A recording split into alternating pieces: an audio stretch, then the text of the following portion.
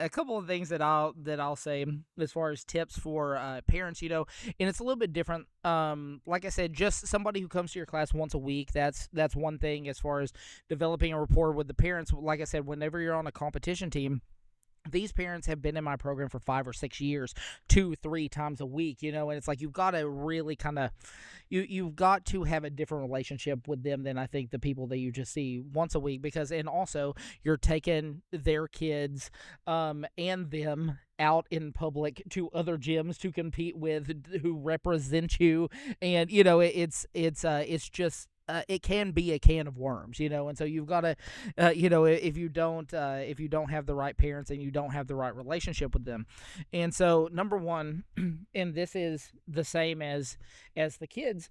One day I will not cough, but you can, the number one thing is that you show that you care about their kids.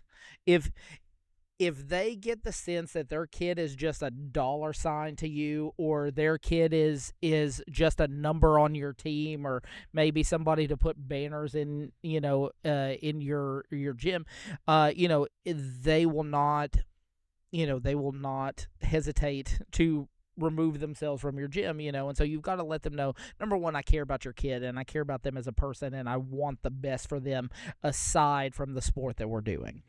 And that goes a long way. The other thing is that I found is that you've got to have an open lane of communication with them, especially if they're here all the time. Every parent on my team has my cell phone number, and it's like, call me, if you've got a problem, because problems will arise, and especially when you're talking about competition gymnastics, which is putting a number on what seems like either the child's value of themselves or the parent's value of them as a parent. You know what I mean? Things get real weird, and I've had great relationships with parents who, as soon as they get to competition, and all of a sudden their daughter gets a 7 instead of a 10, and it's like, whoa, this is a completely different person.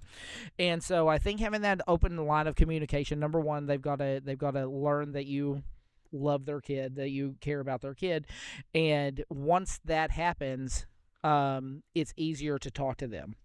And it's easier to be like, okay, this is what we're working on. And I explain myself a lot. If they have questions, it's like, the buck stops here. I'm responsible for what's going on in this program.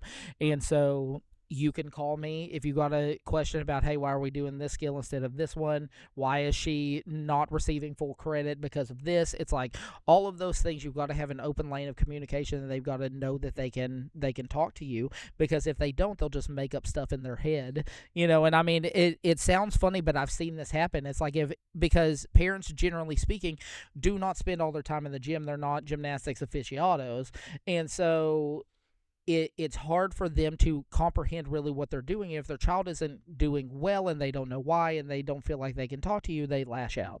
And so the more that you can do to kind of assuage that feeling from them and let them know that they can talk to you, and you'd be more than happy to explain why this is or whatever. You are the expert in that situation, and they've got to know that they can get a hold of you, and that you'll help.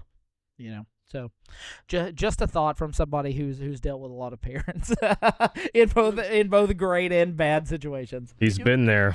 Well, thank you. I try. I appreciate that.